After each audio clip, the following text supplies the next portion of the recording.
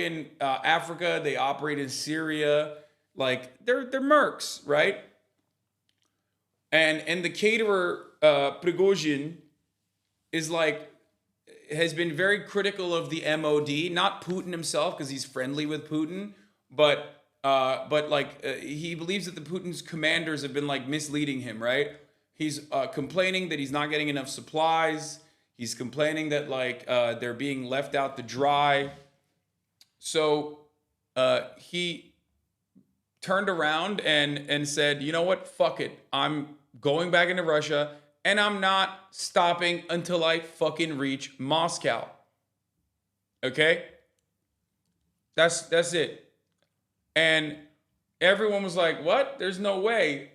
He's not going to do that. Oh no, he actually did. He took like a 50-kilometer convoy of like military weapons and drove it back into fucking Russia from the south.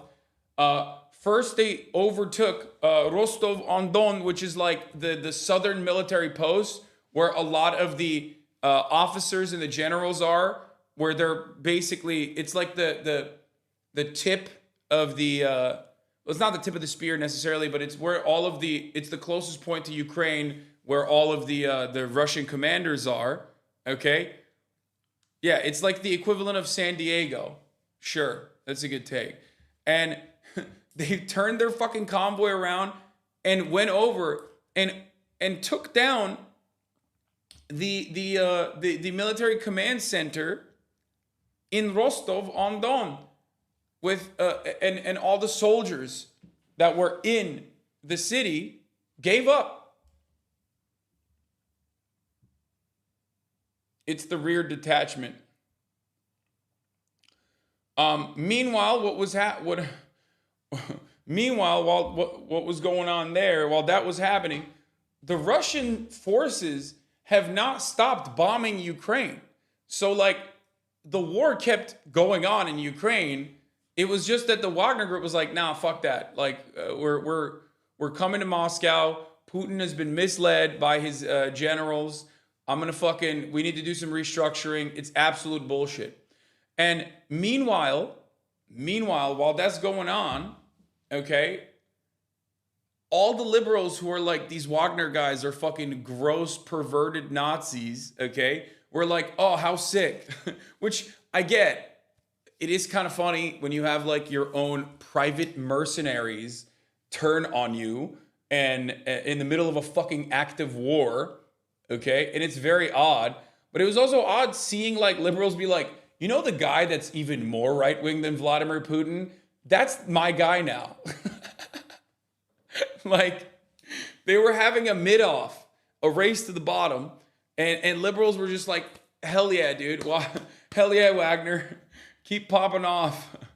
No one said that. Yes, they did. What are you talking about? Were you not on Twitter? So originally, Prigozhin was, stating that he's like not an enemy of Putin, He's actually pro-Putin. He just hates the MOD and he needs to restructure it because they're lying to Putin. They're taking advantage of Putin, blah, blah, blah, right? And then he decided, no, we're actually going to keep going to Moscow.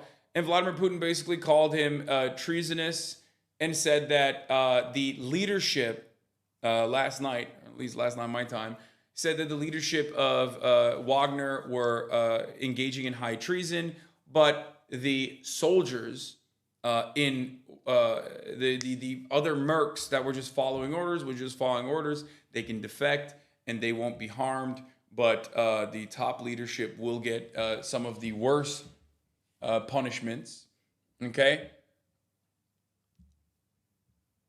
Putin never directly called him a traitor, didn't even mention his name in the TV speech. He said leadership of this group engaging in the act of treason were engaging in high treason, but not necessarily the soldiers themselves. Everyone understands who he was talking about. Okay? Anyway, let's watch They this have now. completely messed up and literally botched the invasion and the war in Ukraine, and that he has presented himself and his independent paramilitary force as the Russian saviors, if you like. And pretty much they are the only ones who... Oh yeah, all the pro-Russia Patsock Andes must have lost their shit when Putin said this was comparable to 1917 law, as in 1917 was bad. Yeah. Putin came out as big-time czarist. That was cool. Don't know where that came from. That just like literally came from nowhere. What happened to all the fucking MAGA communists that are like patriotic socialists and shit? Are they also, you know, are they no longer committed to international socialism? Is that what's going on? Anyway, I keep seeing people link is election tampering in the Wagner group, but also supporting who have scored them. any, even though they might be minute, actual battlefield victories. And so it appears that he has now been pressured by Putin, who got Alexander Lukashenko, his big ally in Belarus, to engineer some kind of about-face. And according to Prigozhin, that is what has happened. We're waiting to be able to broadcast his latest audio to explain to everybody exactly what he thinks he's doing next. And we've got full coverage on this breaking story. We have CNN Chief International Security Correspondent Nick Payton-Walsh, National Security Reporter Natasha Bertrand, and the former CIA Chief of Russia Operations and CNN National Security Analyst Steve Hall. So, Nick, we were on together as this breaking news came of this latest intervention by Prigozhin and his latest telegram audio message. He having taken a very significant military headquarters in the last 24 hours. Do we think now the Prigozhin threat is over? No, I think it would be premature to suggest that. And indeed, he says the only reason he's turning around his columns on the way to Moscow, having, he says, got 200 kilometers within the city outskirts, is to stop bloodshed. He doesn't make a reference to a negotiation with the president of Belarus. That's done by the Belarusian president's own staff, suggesting that, in fact, Lukashenko intervened after speaking to Putin, and some sort